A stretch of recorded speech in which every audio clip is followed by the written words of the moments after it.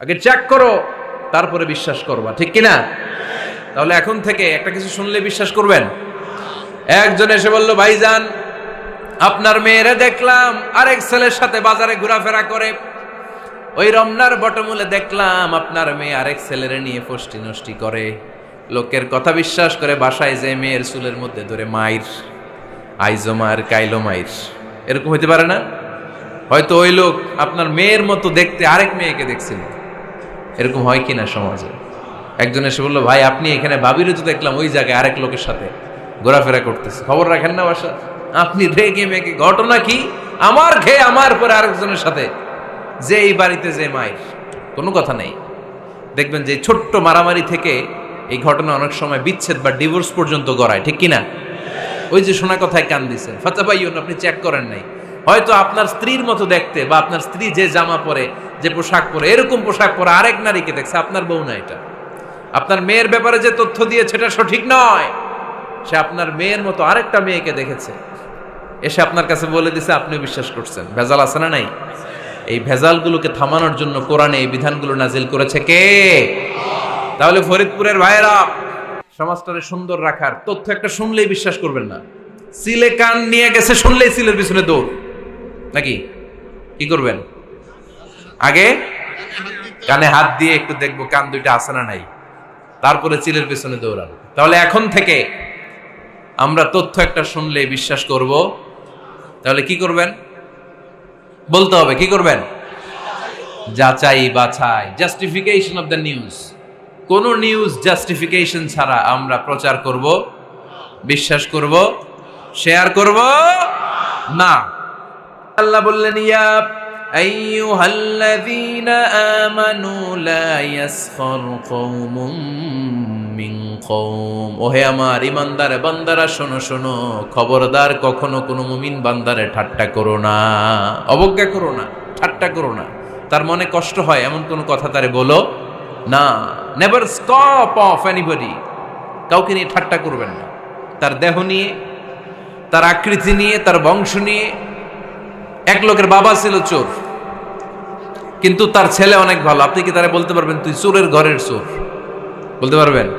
চুরি করছে বাবা, ওর কি দোষ? কথা বলেন। এগুলো কবিরা গুনাহ। আওয়াজ করে বলেন তো, কি গুনাহ? কবিরা গুনাহ। কারো আকৃতি নিয়ে, আমার ফরিদপুরের কলিজার টুকরা যুবক ভাইরা, কারো আকৃতি নিয়ে কখনো অবজ্ঞা করবে না, তুচ্ছ জ্ঞান করবে না। এটা কবিরা গুনাহ, এটা আল্লাহ খুব অপছন্দ করেন। এর কারণ আকৃতিটা আমাদের হাতে নাই। আমাদের কারো নাক লম্বা, কারো খাটো, আমরা কেউ কালো, কেউ সাদা, আমরা কেউ স্মার্ট, কেউ অন্যরকম। তো এই যে আমাদের এক এক ধরনের আকৃতি, এটা কি আমি বানাইছি? আপনি বানাইছেন? দিছে কে? এই জন্য কারো দেহের গঠন নিয়ে যদি আপনি অবজ্ঞা করেন, এটা প্রক্ষান্তরে আপনি স্রষ্টাকে নিয়ে অবজ্ঞা করলেন। কারো দেহের আকৃতি নিয়ে যদি আপনি তুচ্ছ করেন, তাকে তুচ্ছ করেননি, আমার রবকে আপনি তুচ্ছ করেছেন। চিল্লায় বলেন ঠিক কিনা? খবরদার, তুই কালু, তুই লম্বু, তুই মোটু, তুই কানা, তুই রোহিঙ্গা, আছে না নাই? ইদানিং ইদানিং এটা খুব চলে। এই রোহিঙ্গা নামটা আছে না? ফরিদপুরে এগুলো ঢুকে নাই না? আমাদের ওইদিকে দেখি কি অবস্থা, কারোর সাথে কেউ লাগলে তুই রোহিঙ্গা। কি আশ্চর্য, এই গালি কবে আসলো? হ্যাঁ, অনেক ধরনের গালি। ঢাকায় আর একটা চলে, ফইন নির্বুত। কি বলে? এই এগুলো আগে শুনি নাই আমরা, রিসেন্ট এগুলো বলা শুরু করছে। ফইন নির্বুত, রোহিঙ্গা না। এগুলো বলে আপনি কাউকে অবজ্ঞা করতে পারবেন? পারবেন না। খবরদার, এটা কবিরা গুনাহ, এটা ছোট গুনাহ মনে করবেন না। কারণ আকৃতি নিয়ে তুচ্ছ করা যায় না, কারণ আকৃতি দান করেছে কে? হুয়াল্লাযী ইউসাউইরুকুম ফিল আরহামি কাইফা ইয়াশা, লা ইলাহা ইল্লা হুয়াল আজিজুল হাকীম। তিনি এমন সত্তা, যিনি তোমাদের চেহারার অবয়ব দিয়েছেন, তোমাদের আকৃতি দান করেছেন তখন যখন তোমরা মায়ের পেটের ভেতরে ছোট্ট জোকের মতো ছিলা। মায়ের পেটের ভেতরে আমরা যখন সবাই এত ছোট্ট, তখনই আমাদের চেহারার আকৃতি দিয়েছে কে? কে সুন্দর হব, কে ছেলে হব, কে মেয়ে হব, কে মোটা হব, কে চিকন হব আমার ইচ্ছা হয়েছি? আওয়াজ করে বলতে হবে, কার ইচ্ছায়? প্রত্যেককে যদি আল্লাহ প্রত্যেকের নিজের চেহারা ডিজাইন করতে দিতেন, আল্লাহ যদি বলতেন তোমার চেহারাটা কেমন হবে তুমিই ডিজাইন করো, তাহলে আপনি আপনারা কেমন বানাতেন? হ্যাঁ বলেন, ফরিদপুরের ভাইরা বলেন, সুন্দর করে বানাতেন তাই না? সবচাইতে স্মার্ট, সবচেয়ে সুন্দর করে আমি আমার চেহারাটা বানাতাম যদি আমাকে ডিজাইন করার সুযোগ দেওয়া হতো। কিন্তু এই সুযোগ তো আল্লাহ দেন নাই। ডিজাইন স্বয়ং করে দিয়েছেন কে? কোন নারীকে যদি আল্লাহ বলতে এই নারীরা তোমাদের চেহারা কার কেমন লাগবে তোমরা বানাও, প্রত্যেক নারী কি করতো? বিশ্ব সুন্দরী করে নিজেকে বানাতো। খুদ ধরার মতো কোনো জায়গা সে নিজের জন্য রাখতো না, ঠিক কিনা? কিন্তু এটা আল্লাহ দেন নাই। এই আকৃতিটা আমাদেরকে সরাসরি দান করেছেন কে? খবরদার, আমাদের অনেকে বিকলাঙ্গ, আমাদের অনেকের হাত ছোট, পা বড়, দেখতে মোটা, কেউ চিকন কেউ কালো। খবরদার, কারো আকৃতি নিয়ে কখনো কোনো অবজ্ঞার সুরে, ঠাট্টার সুরে কোনো কথা আমরা বলবো না। রাজি আছেন? সবাই রাজি আছেন? আল্লাহ রাসূল সাল্লাল্লাহু আলাইহি ওয়াসাল্লামের এক সাহাবী ছিল, নাম ইবনে মাসউদ রাদিয়াল্লাহু তাআলা আনহু। ওনার পায়ের নলা ছিল খুব চিকন, অস্বাভাবিক চিকন, স্বাভাবিক না। তো উনিও এটা ঢেকে রাখতেন, দেখাতেন না কাউকে। একদিন উনি খেজুর পাড়ার জন্য খেজুর গাছে উঠলেন। খেজুর গাছে ওঠার পরে নিচ থেকে সাহাবারা পায়ের চিকন নলা দেখে ফেলছে। দেখে সবাই হাসি, সবাই হেসে কুটি কুটি। বিশ্বনবী বললেন, হেসো না, খবরদার, আমার ইবনে মাসুদের পায়ের চিকন নলা দেখে হেসো না। আমার ইবনে মাসুদের এই পায়ের চিকন নলা যদি মিজানের পাল্লায় উঠিয়ে দেয়া হয়, কিয়ামতের দিন উহুদ পাহাড়ের চেয়েও ভারী হয়ে যাবে। খবরদার, আমার ইবনে মাসুদকে আমার আল্লাহ অনেক পছন্দ করে, তার পা চিকন দেখে তাকে তুচ্ছ করো না। আল্লাহর হাবিব সাল্লাল্লাহু আলাইহি ইসলামের 11 জন স্ত্রীর মধ্য থেকে একজন স্ত্রী ছিলেন একজন স্থূল আকৃতির, অবিসিটি ছিল, একটু মোটা। ওনার নাম ছিল সাফিয়া রাদিয়াল্লাহু তাআলা আনহা। আম্মা জান আয়েশার সাথে একবার সাফিয়ার ঝগড়া। নবীদের বউদের মাঝে মাঝে মাঝে ঝগড়া হতো, তবে সেটা হতো মধুর ঝগড়া। সুবহানাল্লাহ পড়েন। আম্মা জান আয়েশা রাদিয়াল্লাহু তাআলা আনহার বাসায় একদিন বিশ্বনবী বসা ছিলেন। আরেকজন স্ত্রী, বিশ্বনবীর আরেকজন স্ত্রী রান্না করে কিছু খাবার আম্মা জান আয়েশার ঘরে পাঠিয়েছেন। এক দাসী দিয়ে বলল, যাও এটা আয়েশার ঘরে দিয়ে আসো, কারণ নবী আয়েশার ঘরে। আম্মা জান আয়েশা রাদিয়াল্লাহু তাআলা আনহা বললেন, এগুলো কি? ওই দাসী বলে, তরকারি। কে দিছে? অমুক স্ত্রী। কেন দিয়েছে? আমি কি রান্না করতে পারি না? তোমরা রান্না তোমরা খাও। এই কথা বলে পাতিল সহ উড়ায় মারছে চেহারার মধ্যে। এর কারণ ওনারা মানুষ ছিলেন, মানবীয় ব্যাপারগুলো ওনাদের মধ্যেও কাজ করত। আবার এক স্ত্রী ঝোল দিয়ে রান্না করে কিছু খাবার নিয়ে এসেছে। আম্মা জান আয়েশা রেগে মেগে ওই ঝোল নিয়ে ওই স্ত্রীর গালের মধ্যে মেখে দিয়েছেন। বিশ্বনবীর আরেক বউয়ের গালের মধ্যে ওই ঝোল লাগাই দিস। এবার ওই স্ত্রী বিশ্বনবীর কাছে যেয়ে বলে, ইয়া রাসূলুল্লাহ, দেখেন আয়েশারে আপনি বেশি আদর করেন তো, দেখেন কি করে আমাদের সাথে। এই যে আমাদের গালের মধ্যে ঝোল মাখাই একেবারে মেকআপ বানাই দিচ্ছে। বিষ্ণু ইসা ইসলাম বললেন, তাই আয়েশাকে ডাকো। আম্মা জান আয়েশা রাদিয়াল্লাহু তাআলা আনহা আসলেন। আল্লাহ রাসূল সাল্লাল্লাহু আলাইহি ওয়াসাল্লাম বললেন, তুমি কি আমার এই স্ত্রীর সাথে এমন আচরণ করেছো? আম্মা জান আয়েশা বললেন, করেছি। কেন? আম্মা জান আয়েশা বললেন, তখন মেজাজটা গরম ছিল, এখন বুঝতে পারতেছে আসলে এই কাজটা করা ঠিক হয় নাই। এবার বিশ্বনবী বিচার করবেন। বিশ্বনবী বললেন, আল কিসাস, যেমন করা হয়েছে বিচার হবে তেমন। তোমার গালে যেমনি ঝোল লাগাই দিছে, তুমি একটু ঝোল নিয়ে আয়েশার গালে লাগাই দাও। সুবহানাল্লাহ পড়বেন না?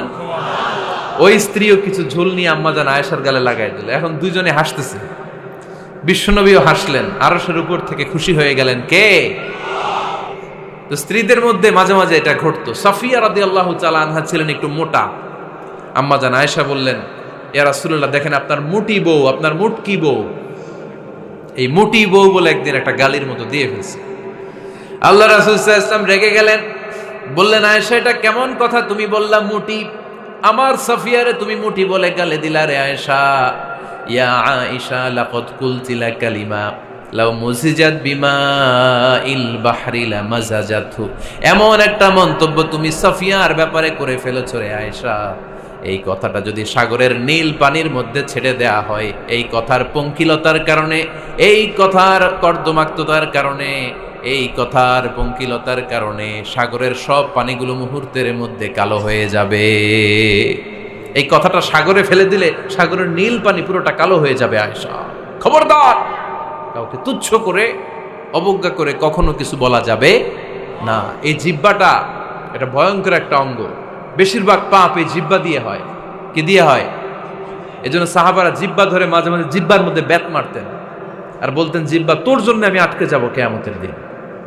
আমলিক আলাইকা লিসানাক, নিজের জিহ্বার মালিক নিজে হন। আপনার জিহ্বার মালিক যেন শয়তান না হয়ে যায়।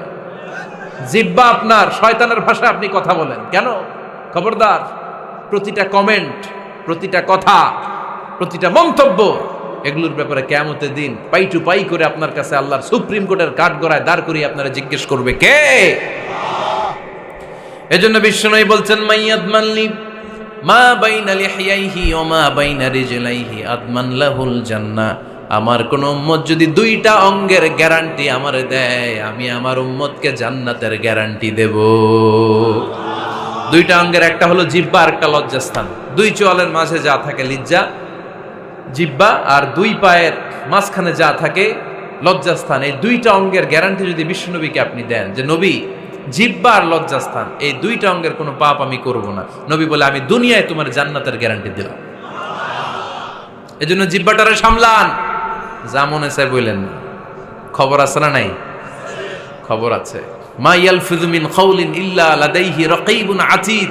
যা মুখ দিয়ে বের হয় লিখে রাখার জন্য দুইজন ফেরেশতা রেডি করে রেখেছে কে? চিল্লায় বলেন। যতদিন আমরা বেঁচে থাকবো ততদিন থাকবে আমাদের কাঁধে। আমরা মরে যাবো, এই ফেরেশতারা উড়াল দিবে, ঠিক কিনা? দুই কান্দে জি ছিল যে তোমার দুইজনা পাহারা, তোমারে একলা থইয়া পালাইছে তাহারা। তোমার আটকুঠুরি নয় দরজা বন্ধ এবার হলো রে হলো। মুখে আল্লাহ রসুল সবে বলো, ও মুখে আল্লাহ রসুল সবে বলো। দুয়ারে আইসাছে পালকি নাই হরি গাও তোলো রে তোলো। মুখে আল্লাহ রসুল সবে বলো, ঠিক না? এজন্য সাবধান। আমলিক আলাইকা লিসানাক, নিজের জিহ্বার মালিক নিজে হন। মন যা চায় মুমিন তখন ইচ্ছা মতো মন মতো কোনো মন্তব্য ছুটতে পারে না। বিশ্বাসী বলে যদি নিজেকে দাবি করেন, নিজের জিহ্বার মালিক নিজে থাকার দরকার আছে না নাই?